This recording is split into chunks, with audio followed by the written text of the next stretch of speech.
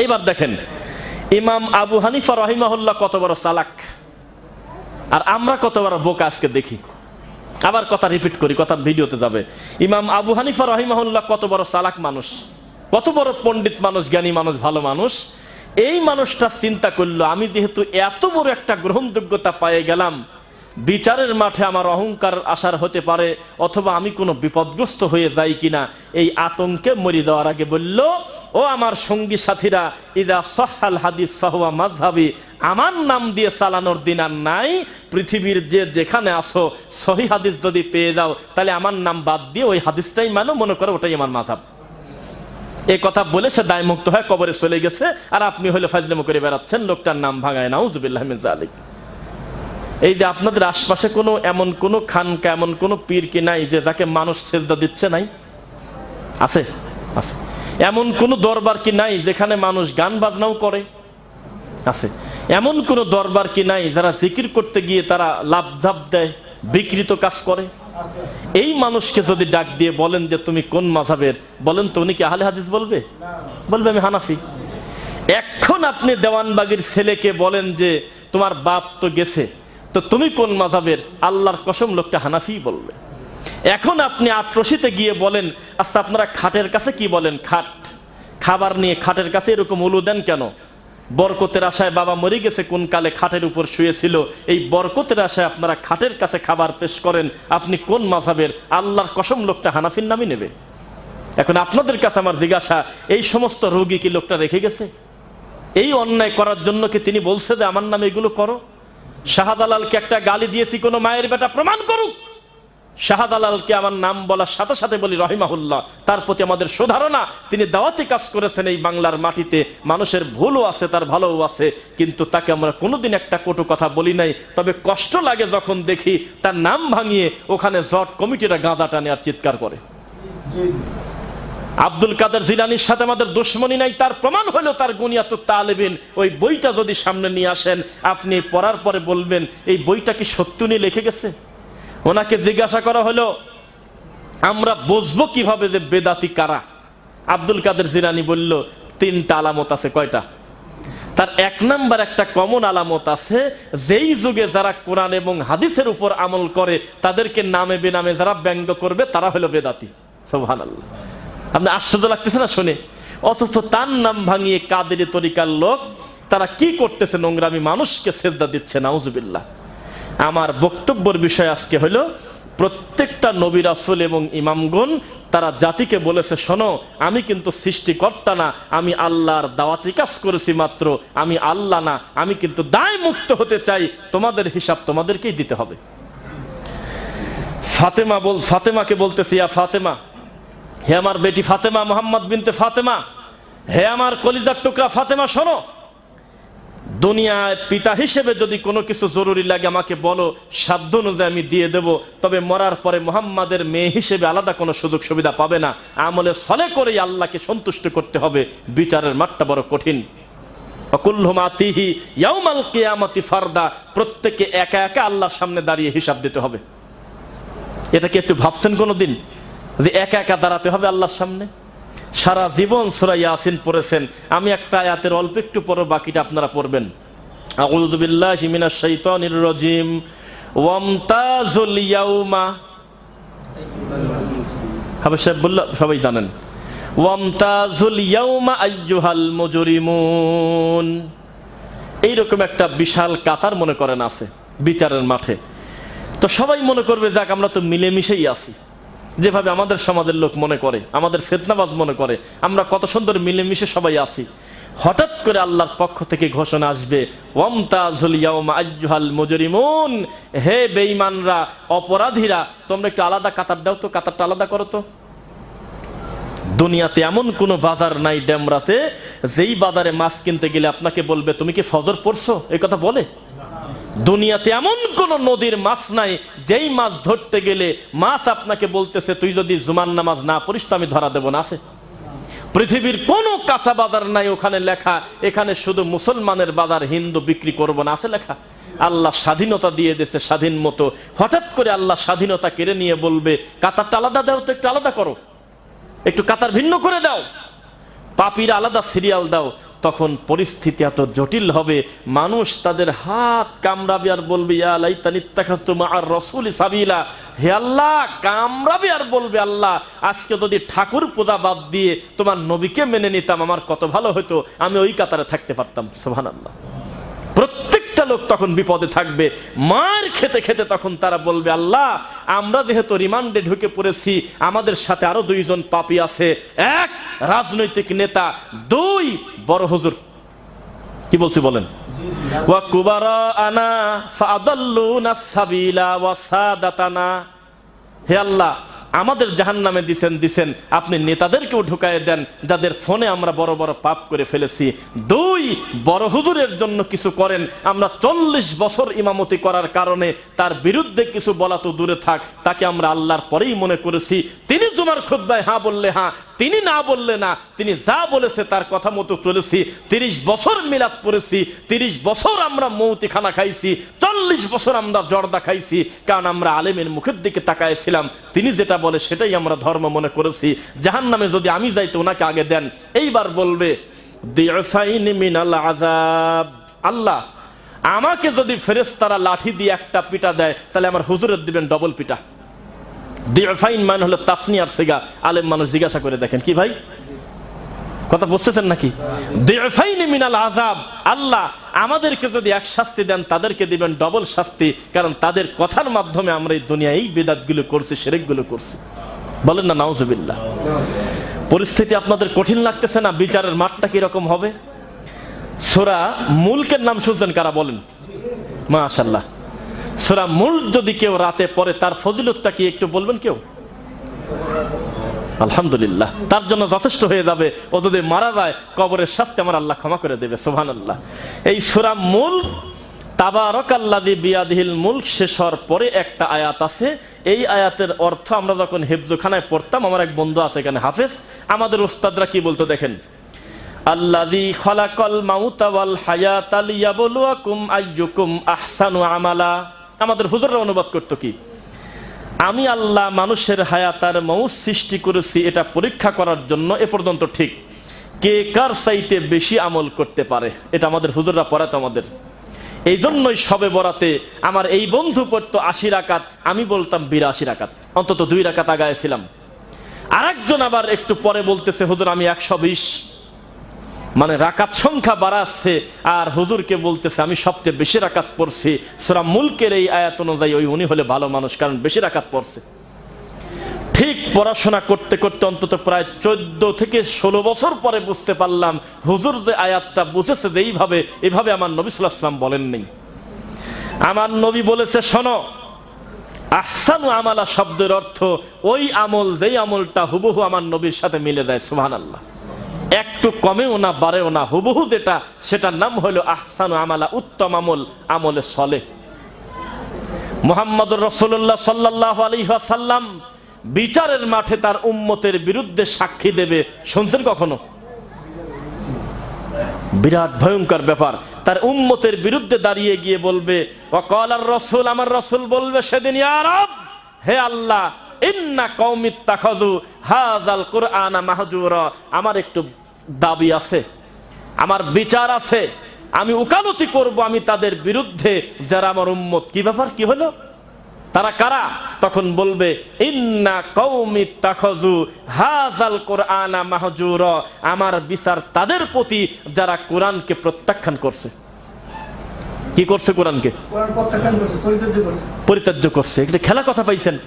অথচ আল্লাহর কসম এই পৃথিবীতে, আচ্ছা বলেন তো দেখি, পাপ সামনে কমতেছে না বাড়তেছে? দিন দিন মানুষ খারাপ হচ্ছে না ভালো হচ্ছে? সুম্মাল্লাযীনা ইয়ালুনহুম সুম্মাল্লাযীনা ইয়ালুনহুম। আল্লাহর নবী 3টা বলার পর কিন্তু ছেড়ে দিয়েছে ঢালাও ভাবে, কয় যে তারপরে ধীরে ধীরে কমাও গা, নাকি দায়িত্ব নেছে? এত বড় খারাপ সময় আমি চ্যালেঞ্জ করে বলতেছি মিডিয়ার সামনে, আল্লাহর কসম আজও পর্যন্ত 2024 সালের মে মাসের আজকে কয় তারিখ? এই 23 তারিখ আমি বলতেছি আজও পর্যন্ত পৃথিবীতে কোরআনের চাইতে বেশি পড়া হয় এমন কোন কিতাব এই পৃথিবীতে নেই। জান, আমি চ্যালেঞ্জ করলাম। কিন্তু আল্লাহর নবী কেন বলবে আল্লাহর সামনে আমার কিতাব পরিত্যাজ্য করলো? উল্টা উল্টা লাগতেছে না? তা মেলেই তো না। তো হুজুর খালি পড়েই গেছে, খতম দিয়ে গেল, তাহলে আয়াতগুলির ব্যাপারটা হবেটা কি বলেন? আমি বলতেছি কোরআন পৃথিবীর সবচাইতে বেশিবার পড়া হয়। এই যে আমরা যত সময় বসে আছি এই বাংলাদেশে, তত সময় অলরেডি প্রায় 500 খতম ডেলিভারি হয়ে গেছে। বিশ্বাস করেন আপনারা? কত মরা বাড়ি পড়ে আছে দেখেন গা, কত দোকান উদ্বোধন করতেছে, কত মানুষের মরা বাড়িতে পড়ে আছে। এই মুহূর্তে এই 20-25 মিনিটের ভিতরে 5টা হাফেজ এক জায়গা বসে বলতেছে 1 খতম ডেলিভারি দিয়ে দিলাম, শেষ করে দিতেছে। তাহলে এত কোরআন পড়ার পরে আমার নবী কেন বলবে আল্লাহ আমি বিচার দিলাম, এই কোরআনকে পরিত্যাজ্য করলো? বোঝা গেল শুধু পড়া না, আল্লাহ কি বলেছে সেটা বোঝাটা বেশি জরুরি। বোঝা যাচ্ছে না? কোরআন পড়লে প্রতি হরফে 10 নেকি, তবে কোরআন যদি বুঝে পড়ে তার জন্য জান্নাত হবে ইনশাআল্লাহ। এবার আপনি তাকান আমার দিকে। ইমাম আহমদ বিন হাম্বল রাহিমাহুল্লাহর নাম শুনেছেন? এমন একটা কথা বলবো যে গায়ের লোম দাঁড়িয়ে যাওয়ার মতো কথা। তিনি বলেছেন, শোনো, যখন কোরআন পড়তে পড়তে তোমরা পাবে ইয়া আইয়ুহাল্লাযীনা আমানু, এই আয়াতটার অনুবাদ সহ এই কথাটা আমি বলছিলাম এই ইমাম মুসলিম মসজিদে, এই যে রমাদানে খুতবাতে ছিলেন অনেকেই। উনি বলতেছে কোরআন মাজিদ পড়তে পড়তে অসংখ্যবার তুমি পাবে ইয়া আইয়ুহাল্লাযীনা আমানু। পাইছেন না আপনারা পড়তে পড়তে? তিনি বলতেছে ইমাম আহমদ বিন হাম্বল, সুবহানাল্লাহ, দেখেন এমনি এমনি মানুষ বড় হয় না, তার গুণ তো থাকে কিছু। এমন একজন গবেষক, তিনি বলতেছে কোরআন পড়তে পড়তে তুমি তোমার সামনে যদি পেয়ে যাও ইয়া আইয়ুহাল্লাযীনা আমানু, এই কথাটা তুমি পার্সোনালি নিয়ে নাও। কি করো বলেন তো? নিজের উপরে নিয়ে নাও। কেন? কারণ আমানু বলার পরে তোমার বোঝা লাগবে তোমার আল্লাহ তোমাকে কোনো কিছু করতে বলবে আর নয়তো বাধা দেবে। কথা কি বোঝেন নাকি? যেহেতু তোমাকে আমানু বলে আল্লাহ ডাক দিয়েছে, সম্ভবত তোমাকে কিছু বলবে, তোমাকে কিছু করতে বলবে, আর নয়তো কোনো কিছু বাদ দিতে বলবে। নয় তোমাকে বলবে তা'মুরুনা বিল মারুফ, আর নয়তো বলবে তানহা আনিল মুনকার। নয় বলবে তুমি কিছু করো, আর নয়তো তুমি কিছু বাদ দাও। এই জন্য তুমি কথাটা পার্সোনালি নিয়ে নাও। তাহলে কোরআন পড়তে গিয়ে তুমি কত বড় গুরুত্ব দিচ্ছ তখন বুঝতে পারবে। আজকেই মাগরিবের আগে কথা হচ্ছিলাম, আমি ইসাক ভাই আমরা বলতেছিলাম যে সত্যিকার অর্থে কোরআনের পাঠক যদি কোরআনটা বুঝে বুঝে পড়তো, সত্যিকার অর্থে সূরা ফাতিহা যদি অর্থ বুঝে তার ভিতরে আন্ত গবেষণা, তো এই মানুষটা কোনো পাপ করতে পারতো না। তার ভিতরে অনুভূতি নাই আমি আল্লাহকে কেবল বললামটা কি, আর আমি সালাতের পরে আমি কর্মকাণ্ডটা কি করি। বোঝা যাচ্ছে? ইত্তাকুল্লাহ, আল্লাহকে ভয় করো, আমানু বলার পরের কথা। আবার আমানু বলার পরের কথা তুবু ইলাল্লাহ, আল্লাহর কাছে তওবা করো। এগুলি আমানু বলার পরের কথা। ইয়া আইয়ুহাল্লাযীনা আমানু, এইবার কিছু করবে, করতে বলবে। কি করবে? কুতিবা আলাইকুমুস সিয়াম, সিয়াম পালন করো, তোমাদের প্রতি ফরজ করা হয়েছে। ইয়া আইয়ুহাল্লাযীনা আমানু ইন জাআকুম ফাসিকুম বিনাবাইন ফাতাবায়্যানু আন তুসিবু কওমান বিজাহালা। এক কথা বলেই খবরদার মেনে নিও না, আগে প্রমাণ করো কথাটা আসছে কোন জায়গা থেকে। হুজুর যে বলতেছে আমার নবীর মার বাপকে কবর থেকে টানিয়ে তুলে কালেমা পড়া আবার কবরের ভিতর ঢুকায় দিল, এটা দলিল লাগবে কিনা বলেন তো দেখি? দলিল লাগবে না?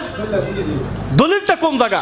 দলিল চাইলে বলে যে দলিল কিসের, বিনা দলিলে নবীর বাপ মা জান্নাতি। তা আপনি জোর করে ঢুকাতে চাইলে তো হবে না, এটা আমার আল্লাহর সিদ্ধান্ত, ঠিক কিনা? মুহাম্মদুর রাসূলুল্লাহ সাল্লাল্লাহু আলাইহি ওয়াসাল্লামকে আল্লাহ বলতেছে মা আতাকুমুর রাসূলু ফাখুযু ওয়া মা নাহাকুম আনহু ফান্তাহু, আপনি তাদের বলে দেন আপনাকে মানাটাই হলো ইসলাম, আর আপনি যেটা নিষেধ করেছেন সেটা বাদ দেওয়াটার নামই হলো ইসলাম। তাহলে বোঝা গেল এই পৃথিবীর সবচাইতে বড় আশিকে রাসূল কথাটা বলা উচিত না। আশিকে রাসূল শব্দটা নবীর সাথে যায় না। ইত্তেবাউর রাসূল, নবীর অনুসারী, নবীর প্রেমিক কথাটা খারাপ দেখা যায়। আশিক মানে প্রেমিক, এই শব্দটা নবীর সাথে যায় না। বোঝা যাচ্ছে আপনাদের? বলবেন যে নবীর অনুসারী, রাসূলের উম্মত, এটা বলবেন। তো নবীর উম্মত হিসেবে সবচেয়ে নবীকে বেশি মোহাব্বত করে তারা যারা আমার নবীকে মেনে চলে, নাকি বলেন? দুইজন দুই পাশে বসে শোনা, আপনি মাঝখানে নিয়ে নেন। ওরা আসছে, এটা খুবই ভালো, কারণ ওরা যেদিন আশা বন্ধ করে দেবে তাহলে পরবর্তী জেনারেশনের জন্য বিপদ আছে। এই জন্য গ্যাপে গ্যাপে নেবেন, এই একসাথে অনেকগুলো বাচ্চাকে জমা করে দিবেন না। খুব অনেক দিন হয়ে গেছে, অনেক মাহফিলেও আমি এরকম অ্যাটেনশন বা এরকম গুরুত্ব নিয়ে কথা বলি নাই বা সুযোগ পাই না। কেন পাই না শোনেন আপনাকে বলি। ইসলামী জালসা হলো এখন একটা ফেস্টিভ্যালের মতো, বক্তাও কমার্শিয়াল, কমিটিও কমার্শিয়াল। কমিটি বলতেছে অমককে আনো, টাকা লাগে, আমি আসি। তার মানে ওই বক্তাকে 5 টাকা দিলে অলরেডি 30 টাকা তুলে নিয়েছে, আগেই সারি ফেলছে। বোঝা যাচ্ছে? ওই কমিটি ঘাস খায় না যে বক্তাকে 50 দেবে আর শেষ পর্যন্ত হিসাব করে দেখলো 42 জিনা, অলরেডি 650 তোলা শেষ। তার জালসার দিন তো এটা ফর্মালিটি মেইনটেন, জালসা যারা আয়োজন করে ও ওয়াজ শোনে না, ও ভিতরে বসে রান্না করতেছে, বিড়ি খাচ্ছে, কোথায় কোথায় ঘুরতেছে, মূল যাদের শোনার দরকার তারা শোনে না। এই হিসেবে ওইগুলোর থেকে শত শত গুণ বেশি গুরুত্ব এই আজকের ইসলামিক হালাকা। কারণ যেই লোকটা একবার ঢুকে পড়েছেন ভিতরে, প্রতিটা লোকের মনোযোগ আমার বক্তব্যের দিকে। এইভাবে যদি সাপ্তাহিক দাস পর্যন্ত আল্লাহ আমার ভাইকে কবুল করে, এভাবে যদি রানিং করা যায় মাসিক থেকে সাপ্তাহিক, এর থেকে বড় নিয়ামত কি আপনি আশা করেন? ইমাম মালিক রাহিমাহুল্লাহ বলতেন, আমার ডান পাশে 1 কোটি টাকা, আমার বাম পাশে আমার সোনার নবীর একটা হাদিস, 1 কোটি টাকাকে আমি উড়ায় দেব, কোনো মনেই করব না। যদিও ওটা কেউ দান করে ফেলে তবু আমি গুরুত্ব দেব না, ওর থেকে বেশি গুরুত্ব দেব, ওটাও গুরুত্ব, তবে গুরুত্ব বেশি হলো নবীর হাদিসের। কেন? এর মাধ্যমে একটা মানুষ যদি হেদায়েত হয় তাহলে এর থেকে বড় পুরস্কার আর হবে না।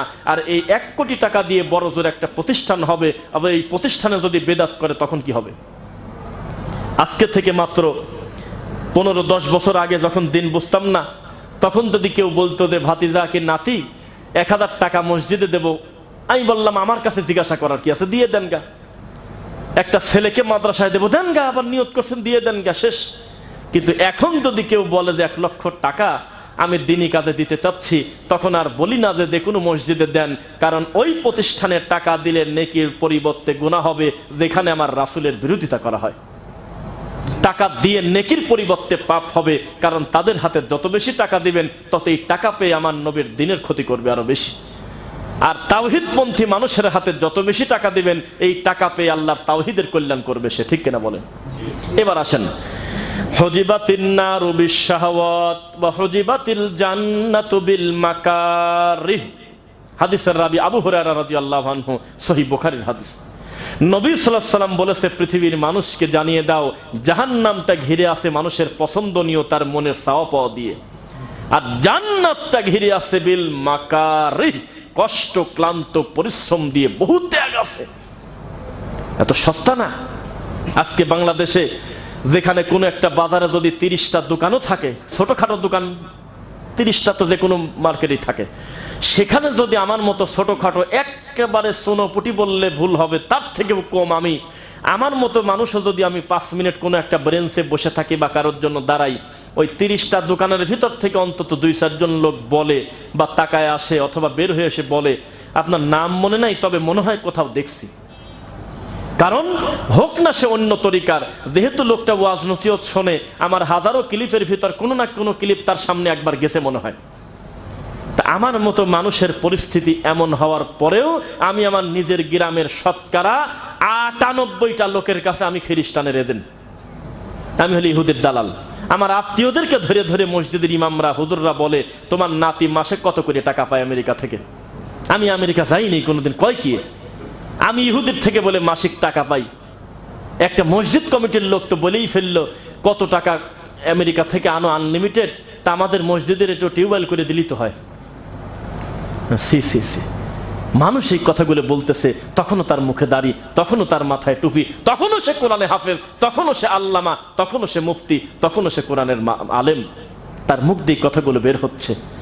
আপনি বোঝেন নাই, আমরা পড়তাম, অবিশ্বাস করতাম না যে ইমাম আবু হানিফা জেল খাটছে, ইমাম শাফি কষ্ট করছে, ইমাম মালিককে নির্যাতন করতে করতে চামড়া ফেলে দিয়েছে।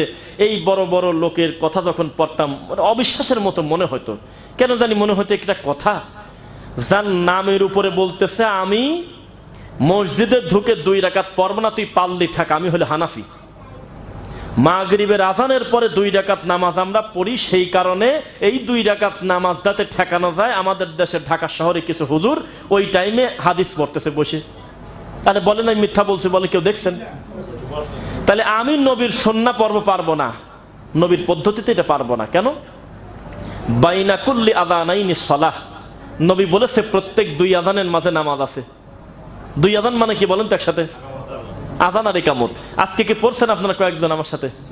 পড়ছি আমরা। কারণ আযান হওয়ার সাথে সাথে আমি সালাত শুরু করে দিলে আমার অনেক ভাই জামাত পেত না। সুন্দর টাইম আছে আমাদের হাতে, আমরা 2 রাকাত সালাত আদায় করে বসলাম রাসূলের তরিকায়, ঠিক কিনা? এই নামাজটা ঠেকানোর জন্য আমাদের উত্তরখান সহ আরো বেশ কিছু জায়গায় কিছু বেদাতি হুজুর এই যে এরকম ফাদায়েল আমল আরো সব কি সব বই ধরে দাঁড়া আছে। এখন ওই হুজুর যখন হাদিস বলে তখন তার সামনে লোক বসে আছে, হঠাৎ করে একজন দিনী ভাই যদি সালাত পড়ে, বাকি লোকজন বলে বেয়াক্কেল লোক, জ্ঞান নেই, দেখতেছে হাদিস পড়তেছে আর এই সময় নামাজ পড়তেছে, কিসের নামাজ? লোকজন তাকেই গালিগালাজ করে। তা আপনি বোঝেন না, এই দুনিয়াতে যদি 2 রাকাত সালাত আদায় করতে গিয়ে এত বড় বাধা হয়, তাহলে নবীর হাদিসকে তারা কি পরিমাণ ভালোবাসতেন। জেলে পর্যন্ত ঢোকা লাগছে, জেলে পর্যন্ত ঢুকছে, কিছুই না, কয়দের দায়িত্ব নাও, কয়টা আমি নেব না। আপনি আমাকে আজকে যদি বাইতুল মুকাররমের দায়িত্ব দিতে চান, আল্লাহর নামে শপথ করে বলতেছি, ও আমাকে 100টা যদি আমাকে শর্ত দেয়, আমি দেবো একটা শর্ত, খালি মুখ দিয়ে বলে নেব আমি কিন্তু আল্লাহ এবং তার রাসূলের নীতিতে চলবো, এই অনুমতিকে আমাকে দিবেন। আমি বলবো না এই এই এই করবো, তা বলতে যাবো কেন? আমি যদি বলি এটা করবো না ওটা করবো না, তাহলে মনে করবেন এগুলো দলের কাজ। আমি খালি বলবো যেই আল্লাহ আমাকে সৃষ্টি করেছে ওই রবের কথা মতো আমি চলবো, আমাকে এই সুযোগকে দেওয়া হবে? মানে নিক দেখি, আপনার কি মনে হবে মানবে? সম্ভব? তোমার কমিটির ভিতরে সবার জায়গা হয়, শুধুমাত্র বিশুদ্ধ আকীদার লোকের জায়গা হয় না। তাই তো ডক্টর মুজাফফর বিন মহসিন খুব আফসোস করে বললেন, আরে ইসলামিক ফাউন্ডেশন, আধুনিক প্রকাশনী, আরো কত সুন্দর সুন্দর নাম, সব ধরনের আলেম ওলামা সেখানে আমরা মানুষের কাছে শুনি, তারা পর্যন্ত হাদিসের ব্যাপারে খিয়ানত করে মানুষকে ধোঁকা দিচ্ছে, বলে নাউজুবিল্লাহ। তাই তো বলি, মুহাম্মদুর রাসূলুল্লাহ সাল্লাল্লাহু আলাইহি ওয়াসাল্লাম বলেছে, জান্নাত খুব কষ্টের জায়গা, এত সহজ না, প্রতিকূলতায় চলা বড় কঠিন। সমাজটা পুরা উল্টা পথে চলে, সবাই বলে যে আরে মসজিদ তো আছেই, আরে মাদ্রাসা তো আছেই। যে মাদ্রাসা আছে 3 তলা, ছাত্র পড়ে হাজার হাজার, আবার উনি আর একটা মাদ্রাসা দিচ্ছে। মসজিদ কি আমার এলাকায় নাই নাকি? কত সুন্দর টাইলস করা মসজিদ 3 তলা, আর একটা মসজিদ আবার দিল। উনি বুঝতে পারে নাই মসজিদ কত বড় সেটা বড় কথা না, এই মসজিদে আল্লাহর বান্দা আল্লাহর কাজকর্ম করে কিনা সেটা হলো বড় কথা। সিরা ভেজানোটা আসল কথা না, কি দিয়ে ভেদাবো সেটা আসল কথা।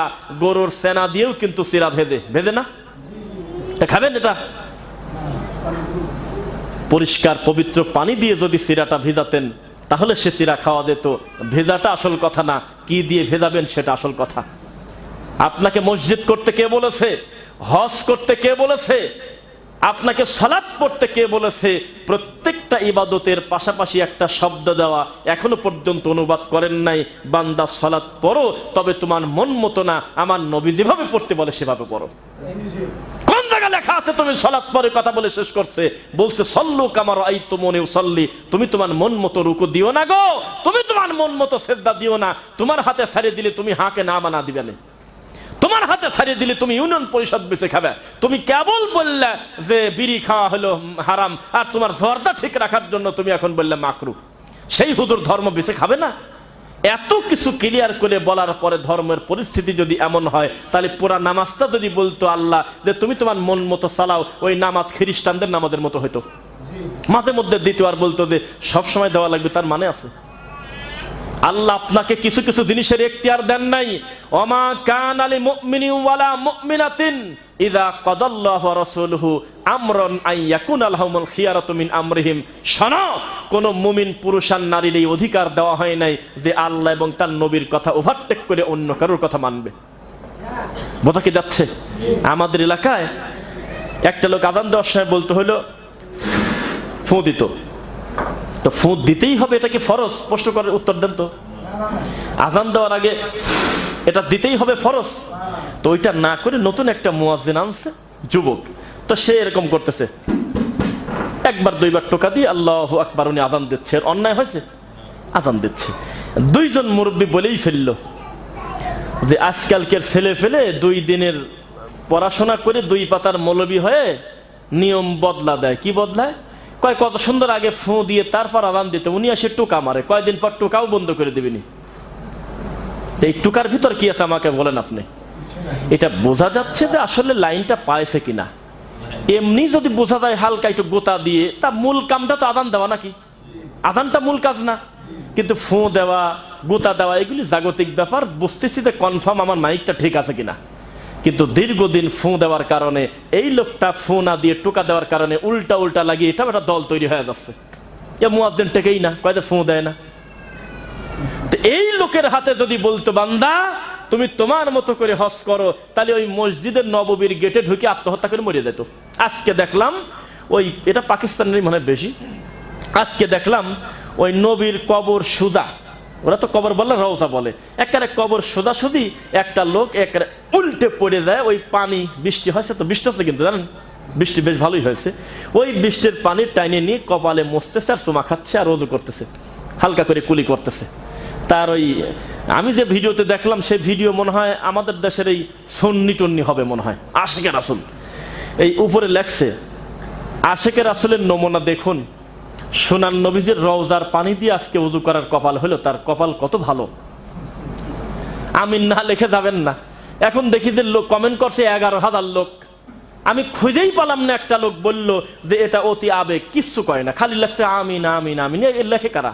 এটা আপনার ভাই লেখে, আপনি লেখেন, কেউ না কেউ লেখে, ভিতরটা ছিঁড়ে দেয়। হায় রে মুসলমান, উনি অতি আবেগে শিরিক বেদাত করার মতো পাপ হলো না তার?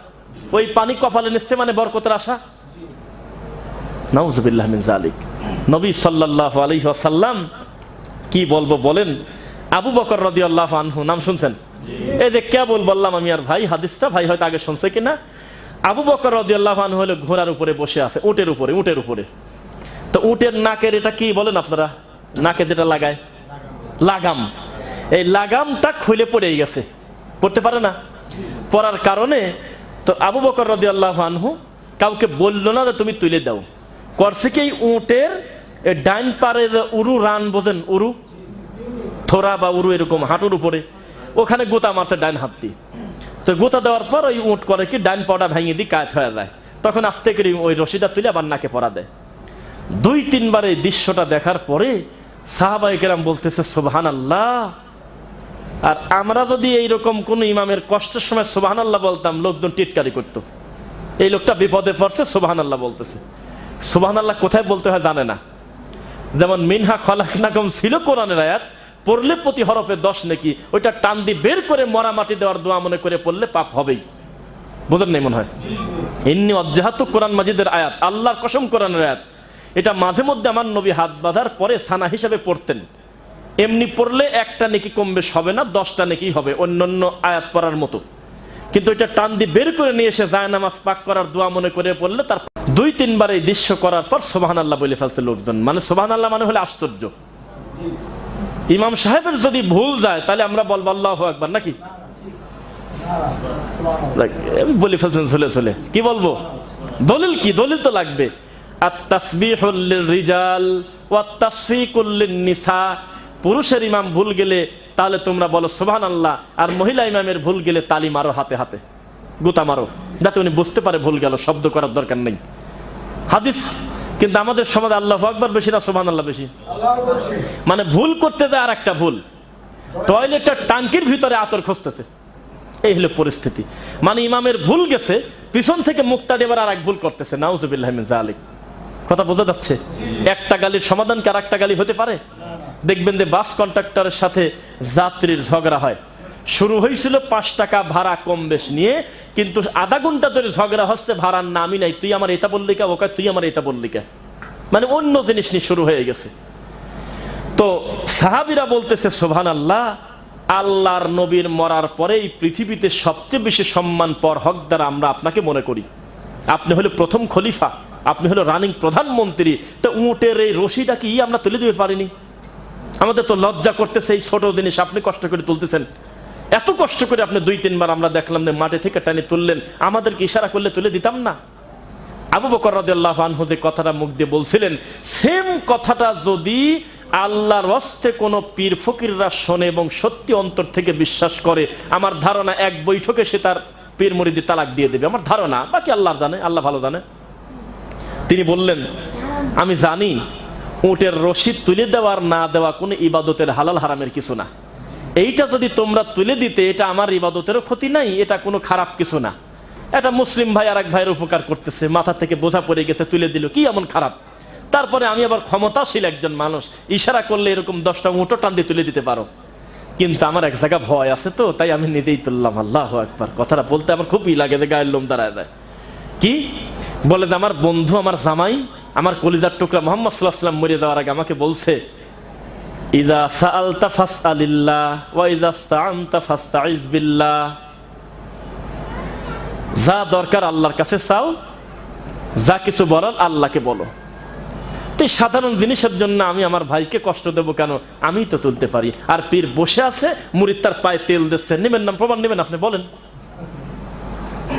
পীর বসে আছে, ডাইরেক্ট তার মুরিদ বলতেছে মুর্শিদেরও দরবার, মুরিদের হইল কাবা ঘর। নেন, আপনি প্রমাণ নেন, আমি দিচ্ছি। মুর্শিদের দরবার, মুরিদের কাবা ঘর, এই কথা বলে, এটা সহ্য করা যায়? আবার বলতেছে যে নবীর নামে গজল বলতেছে তুমি হলো কাবারও কাবা। কিসের কাবা? তুমি কাবারও কাবা। কাবা আবার কি? নাউজুবিল্লাহ মিন যালিক।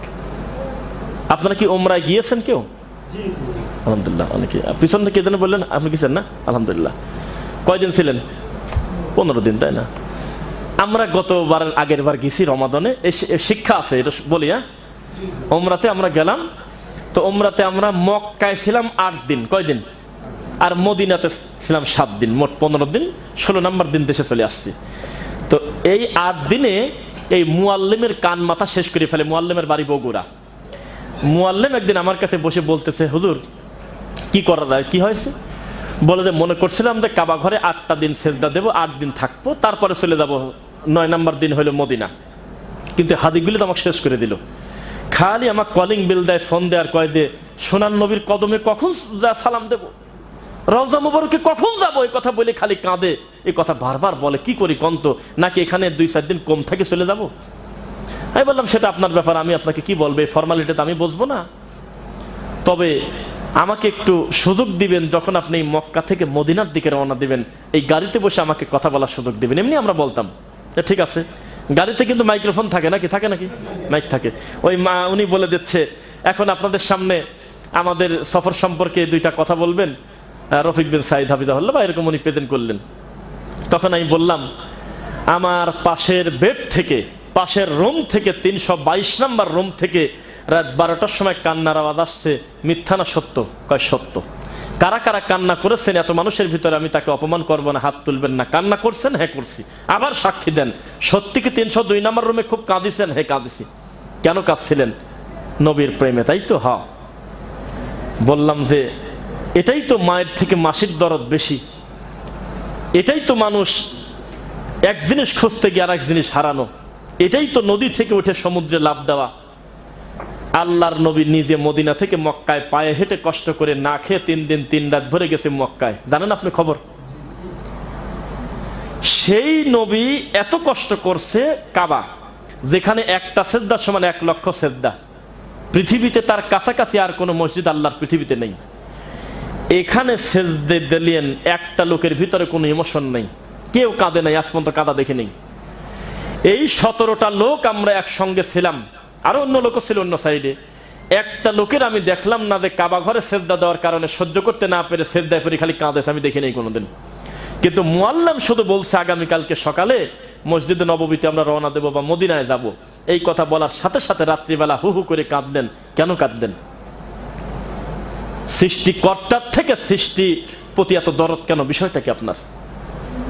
তখন বললাম, যেখানে কোরআন মাজিদ বলতেছে, যেখানে মুহাম্মদ সাল্লাল্লাহু আলাইহি ওয়াসাল্লাম বলতেছে যে একটা সেজদা সমান 1 লক্ষ সেজদা, ওখানে বাঙালি সেজদা দিয়ে মজা পায় না। কারণ আমাদের দেশের মানুষের কাছে মক্কার কোনো দাম নাই, মদিনার খুব দাম। গজলের শিল্পীকে ধরে নিয়ে আসেন আমার সামনে, তার জীবনে 1000 গজল গেয়েছে, 900-র উপরে গজল মদিনাকে নিয়ে, 200-100 গজল মক্কাকে নিয়ে, বেশি না। মক্কার কোনো দাম নাই, সব দাম মদিনার। ফরজ যেখানে রাখাই হয় নাই, কেউ যদি মক্কা থেকে ওমরা করে ফিরে আসে, ওমরা হবে না? না হবে না? না।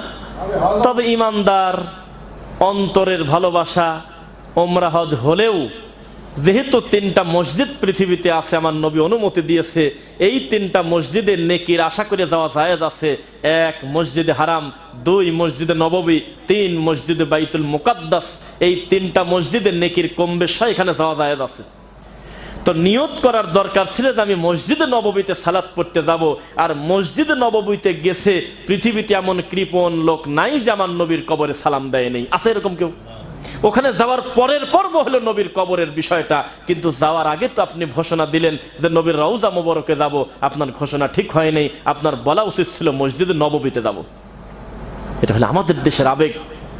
আমাদের দেশে এই আবেগটা এরকম যে মক্কার দাম নাই মদিনার সব দাম, বলে নাউযুবিল্লাহি মিন যালিক। তো পরিস্থিতি হলে আলেম ওলামা এই হকগুলো বোঝাবে কবে, জানাবে কবে? তাই আমি চ্যালেঞ্জ করে বলেছি, আমাকে আপনি অনুসরণ করবেন কেন? আমার কথাটা যদি আমার নবীর কথার সাথে মিলে যায় আপনি মেনে নেবেন, এটুক কথা কি বলতে পারেন না? আর আপনার হুজুরের এই কিসসা গল্পটা কার সাথে মিলে দেয় কোন?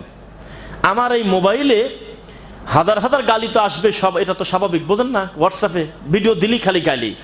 তো একটা লোক গালি দিছে, তোর কত বড় সাহস, তোর কত বড় সাহস, তুই মানসের হাল্লাদের মতো আল্লাহর ওলিকে তুই কাফের বলিস, তোর কি জাহান্নামে জায়গা হবে? এরকম লেখছে।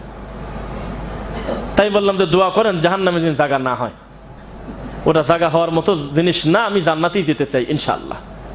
তখন আমি বললাম আপনার সাথে আমি কথা বলবো না, 22টা হোয়াটসঅ্যাপে মেসেজ দিয়েছে, আমি একটার জবাব দেই নাই। লেখছে তুই কি ভয় পাইছিস, তুই তো কিছু বলিস না। আমি বললাম আমার দৃষ্টিতে যারা মানসের হাল্লাসকে আল্লাহর ওলি মনে করে তারা মানসিক বিকৃত মস্তিষ্কের মেন্টাল, এদের সাথে কথা বলা মানে আমি আমানতের খিয়ানত করলাম, আমি তাদের মানুষই মনে করি না। যেই লোকটা নিজেকে আল্লাহ বলার কারণে তার সমসাময়িক সমস্ত বড় বড় বিদ্বান একমত তিনি কুফরি করেছে, আর আপনি 2024 সালে এসে এত বড় বড় আলেম ওলামা থাকতে, মীমাংসিত বিষয় থাকতে কোরআন আর হাদিস ভাষায় পড়ে আছে, আর মনসের পাগলকে আপনি ওলি বানাতে চাচ্ছেন, এর থেকে লজ্জার কি হতে পারে? আমাদের দেশে আবু বকরের কোনো দাম নাই, ওমরের কোনো দাম নাই, উসমানের কোনো দাম নাই, দাম আছে হলে অস্করণী পাগলের। আমাদের দেশে মার্কেট ভালো মুসানবীর না, খিজিরের মার্কেট ভালো। আপনি কাকে কি বোঝাচ্ছেন? এইভাবে সিরিয়াল করে যদি বলতে যাই আপনি বুঝতে পারবেন আমাদের দেশে নবীর মর্যাদা নাই, মর্যাদা হলো পীর ফকিরের মর্যাদা। কয়বার নবীর নাম নিয়ে বলে, হারে বিপদে পড়ে বলেছিলেন ইউনূস আলাইহিস সালাম, আল্লাহ লা ইলাহা ইল্লা আনতা সুবহানাকা ইন্নী কুনতু মিনাজ জালিমিন। আল্লাহ তোমার নবী বিপদে পড়ে বলেছিলেন আন্নী মাসানিয়াদ দুরর ওয়া আনতা আরহামুর রাহিমিন আইয়ুব সালাম। আল্লাহ আপনার নবী বিপদে পড়ে বলেছিলেন রব্বানা যালামনা আনফুসানা ওয়া ইল্লাম তাগফির লানা ওয়া তারহামনা লানাকুনান্না মিনাল খাসিরিন। কয়জন পরে বলেন? এই যে সামনে আসছে যে কোরবানি আসছে না, কুরবানি কি মানুষের নামে হয়? কথা বলে না। কুরবানি কি মানুষের নামে হয়? তা কাগজে লিখে দিয়েছে আব্দুর রহমান, আব্দুর রহিম, ইকবাল, ফারুক, ইমরান 7 জনের নামে কুরবানি। আরে বেটা, মানুষের নামে কুরবানি হয়? মানুষের পক্ষ থেকে হয়, কুরবানি হয় আল্লাহর নামে। ওমা উহিল্লা বিহি লিগাইরিল্লাহ, কেউ যদি আল্লাহ ব্যতীত অন্য কোনো কিছুর নামে জবেহ করে তার মাংস খাওয়া হারাম। এজন্যই তো এতদিন খাইছেন, বোঝেন নাই? যদি প্রমাণ হয় হোটেলের মালিক হলে অমুসলিম, আপনি আর মাংস খেতে পারবেন না, শুকনা খাবার খেতে পারবেন। বোঝা যাচ্ছে? তাহলে আপনি বললেন কিভাবে হুজুর 4 নামে কুরবানি 3 নামে আকিকা? কয় কিরে পাগল, মানুষের নামে কুরবানি হয়? বলতে হবে 3 জন ব্যক্তির পক্ষ থেকে, 7 জনের পক্ষ থেকে আল্লাহর নামে বিসমিল্লাহ আল্লাহু আকবার। বোঝেন না কথা মনে হয়? আরে কি কয় 7 নামে 5 নামে মানুষের নামে কুরবানি হয়? তো হুজুর আবার কাগজ ধরে দাঁড়া আছে যাতে আল্লাহকে সবকিছু বুঝায় দেয়, বানান সহ বলে। তাছাড়া ওদিকে যদি অসুবিধা হয় বুঝতে, রিডিং পরে পরে বলতেছে সি সি সি সি, কাগজ সরে তার ছিঁড়ে ফেলানো উচিত ছিল। বেটা, সলাতের ওযু করার সময় রব্বুল আলামিন বোঝে ওযুটা কোন সলাতের জন্য হচ্ছে। পৃথিবীর মানুষ বুঝতে পারে, তুমি বোঝো না কেন? ঠিক তদ্রূপ হজ উমরা, ঠিক তদ্রূপ জাকাত হোক, কুরবানি হোক, ছুরি চালানোর আগেই কাজ হয়ে যাবে। আল্লাহর নামটা তুমি নিয়ে নাও, মূল কাজ আল্লাহ আগেই জানে। লা ইয়ানালাল্লাহু লুহুমুহা ওয়ালা দিমাউহা ওয়ালাকিন ইয়ানালহু তাকওয়া মিনকুম। আল্লাহ তোমাদের কুরবানির মাংস, হাড্ডি, রক্ত কিছুই চায় না, চায় হলো তোমাদের তাকওয়া। ছুরি চালানোর আগেই আল্লাহ বুঝে ফেলে কুরবানিটাকে বিয়েইকে খাওয়াবে না, ও খাবে। আর কয় কি কয় যে মানুষের নামে। আমাদের দেশে এরকম 5 নামে 6 নামে সিরিয়াল করে হুজুরের কাছে কাগজ দেয়, এই কাগজ ধরে ধরে দাঁড়া থাকে। মিথ্যা নাকি? দেখছেন কেউ দৃশ্য? প্রত্যেকটা ইবাদতে নবীর বিরোধিতা করাটাই যেন তাদের ইবাদত। নাউজুবিল্লাহ। এই নারায়ণগঞ্জে ঘটেছে, সময় মতো ইফতার করার কারণে মুখ ফাটা দিয়েছে, এখানে রক্ত বের করে দিয়েছে কয়দিন আগে, এই রমজান মাসে। এই দুঃখ কাকে বলবেন? কয় যে ওনারা আগে ইফতার করে আমার ডিস্টার্ব হয়। অথচ এইটুক কারণে আমার নবী বলেছে লা ইয়াসালুন নাসু বিখাইর মা আজ্জালুল ফিতর, আমার উম্মত ধ্বংস হয়ে যাবে, শেষ হয়ে যাবে যখন তারা ইফতার দেরি করে করবে। কেন? কারণ আল্লাহ জুলুম করা পছন্দ করে না। জুলুম কষ্ট দিয়ে তো মারি ফেলানোর উদ্দেশ্য থাকলে আল্লাহ সাহারি আর ইফতারের ব্যবস্থা করতো না। ইসলাম হলো সময়ের এমন গুরুত্ব দেয়, টাইম হলে সাহারি করো, তবে শেষের দিকে করো, ইফতার করো তবে দেরি করো না, তাড়াতাড়ি করো, কারণ তুমি সারাদিন না খাইছিলে। এটাই আল্লাহ চায়। উনি ওস্তাদি করে বলতেছে সারাদিন পারলাম আর 5 মিনিট পারবো না। আপনি আমাকে নরম হতে বলেন কেন আমি জানি না, আমি ওই নরম কোনোদিন হব না যেই নরম হলে হাক কাবিল বাতিল, সত্য আর মিথ্যা মিশে যায়। এই নরম যেন আল্লাহ আমাকে কোনোদিন না করে, বলেন আমিন। আমি মনে করবা আপনার থেকে কপাল পোড়া পৃথিবীতে কেউ নাই। আপনি এখন পর্যন্ত নামাজের আগে নামাইতু বলা বাদ দিতে পারেন নাই। আপনার থেকে কপাল পোড়া পৃথিবীতে আছে কে? এতদিন তো একটা যুক্তি দিলেন যে হাদিস আছে, তবে হাদিসটা জয়ীফ, কিন্তু নামাইতু নামে কোনো হাদিস এই পৃথিবীতে ডেলিভারি হয়নি। এই হাদিস আছে স্বয়ং ইবলিসের কাছ থেকে। সবাই একমত, সবাই একমত, সব তরিকার লোক, যে না আসলে এইভাবে নবীর হাদিসে নাই। তবে বলতে গেলে কেন? তবে বলতে গেলে কেন?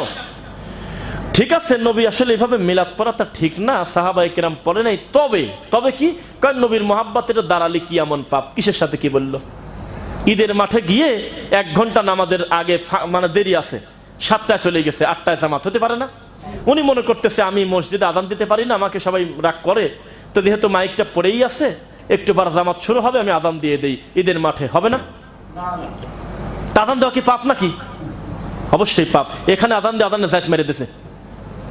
কারণ এখানে যে সালাতটা পড়তে বলেছেন যিনি, তার নাম মুহাম্মদ সাল্লাল্লাহু আলাইহি ওয়াসাল্লাম, তিনি আগেই বলে দিয়েছে, শোনো, লা আজান কিন্তু নাই, ওয়ালা নেদা ডাকাডাকি কিন্তু নাই, ওয়ালা ইকামা ইকামত কিন্তু নাই।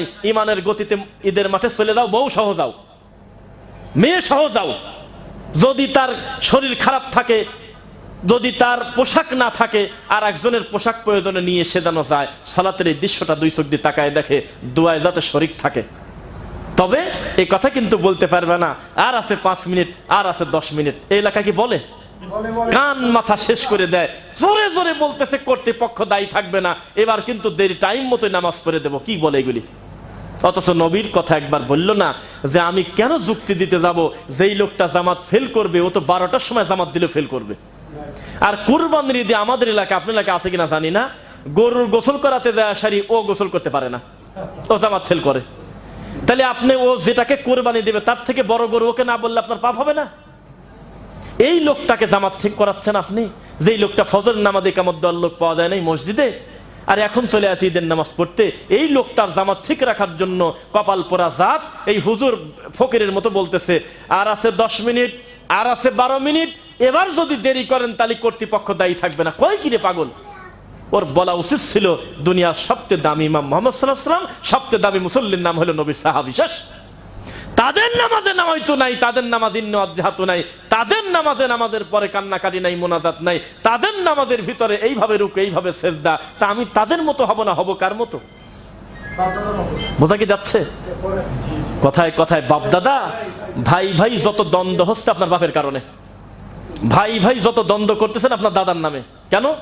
কারণ তখনকার মতো এরকম ফর্মালিটি এখনকার মতো ছিল না। ওই মুখ দিয়ে বলে দেশে যা, উত্তর মাঠের 1 বিঘা তোকে দিয়ে দিলাম। ছেলে বলতেছে জি না, এত সস্তা না, হতে পারে 40 বছর তুমি দখল করে আসো, কাগজ যার দলিল তার। আজকে নতুন নিয়ম করছে কদিন আগে, ভোগ দখলের উপরে কিন্তু আর নাই, আগে ছিল।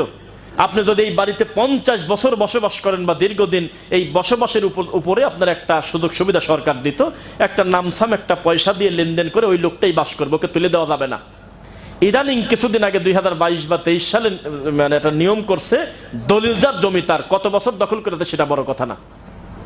তো মিলাদ তুমি কত বছর পর সেটা তো আমি দেখবো না, আমি খালি দেখবো নবীর হাদিসে নাই, সাহাবায়ে কেরামের আমলে নাই, তা বাতিল। এটা আবার খোঁজো কি কামে দিয়ে অমুক করছে, বড় হুজুর, মেদো হুজুর, কাকা হুজুর, দাদা আজি না, তোমার দাদাই তো কামগুলি করছে, এর ভিতর জমি ওর ভিতরে, ওর আল ওর ভিতরে, দুনিয়ার কুকাম করে দিয়ে গেছে। এখন আমরা নিরীহ ভাই বোন মারামারি করতেছি। মিথ্যা না সত্য? মানুষ ভালোও ছিল, মন্দও ছিল।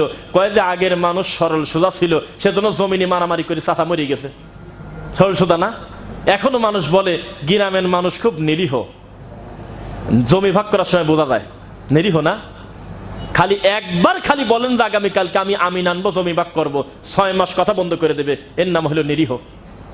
আর এই লোকটাকে আপনি বললেন কি যে শোনো, গ্রামে কিন্তু ওয়াহাবি ঢুকে গেছে, আমাদের মিলাদ উঠে দিল, সবে বরাত উঠে দিল, কবে জানি বলবিনি নামাজি নাই, নাউজুবিল্লাহ মিন যালিক। আপনি কাকে খেপায় দিচ্ছেন? আলেমের বিরুদ্ধে খেপায় দিলেন কাকে? ও আল্লাহকে চেনে না, ও হিন্দুদের মতো বলে ওর ভিতরে আল্লাহ ভরে গেছে, নাউজুবিল্লাহ। অথচ রব তার নিজের ব্যাপারে নিজে খোলাসা করে বলতেছে 20 নম্বর সূরা, সূরা তাহা আয়াত নাম্বার 5, আমি রহমান, আমি হলে উপরে আছি, খবরদার আমার সম্মানকে কমায় তোমরা তোমাদের কলবে কলবে ঢুকায়ও না। এটাই কিন্তু অমুসলিমদের কর্ম, নাউজুবিল্লাহ। কে কার কথা শুনবে? আল্লাহর পরিচয় জানা ছাড়া কি জান্নাতে যেতে চান? অনেক কথা বলছি, শর্টকাট করে নিয়ে আসি। আজকে মাগরিবের সালাতে প্রথম রাকাতে কোন সূরা থেকে তিলাওয়াত করছি জানা আছে? দেখেন তো মনে পড়ে কিনা। কুল ইন্নামা আনা বাশারুম মিসলুকুম পড়ছিলাম, দ্বিতীয় শেষের আয়াতে পড়ছিলাম ফামান কানা ইয়ারজু লিকা রাব্বিহি ফালিয়ামাল আমালান সালিহা ওয়ালা ইউশরিক বিইবাদাতি রাব্বিহি আহাদা। কেউ যদি আশা করে যে আমি আল্লাহর সাথে মিলিত হব, আল্লাহর সন্তুষ্টি অর্জন করব, আপনাকে চান সে যেন দুইটা কাজ করে, আমলে সলে যেন করে, আর আল্লাহর সাথে যাতে শিরক না করে। কি না করে? মুসলমানের গলা থেকে তাবিজ খুলতে যুক্তি দেব কেন? খালি একবার মুখ দিয়ে বলবো শোনো নবী কিন্তু শিরক বলছে, ও শোনার সাথে সাথে টান দিয়ে সিরবাল বলবে, মানে নিলাম। এত এত যুক্তি কিসের? আমি খালি মুখ দিয়ে বলবো নবী রেখে গেছে দরুদ, আপনি মিলাদ শুরু করলেন কেন? আপনি তখন বলবেন যে আমি আজকে থেকে দরুদ পড়বো, এটার নাম ঈমান। কি বলেন? আল্লাহ তাআলা আমাদের দিনের সঠিক বোঝ দান করুন, বলুন আমিন।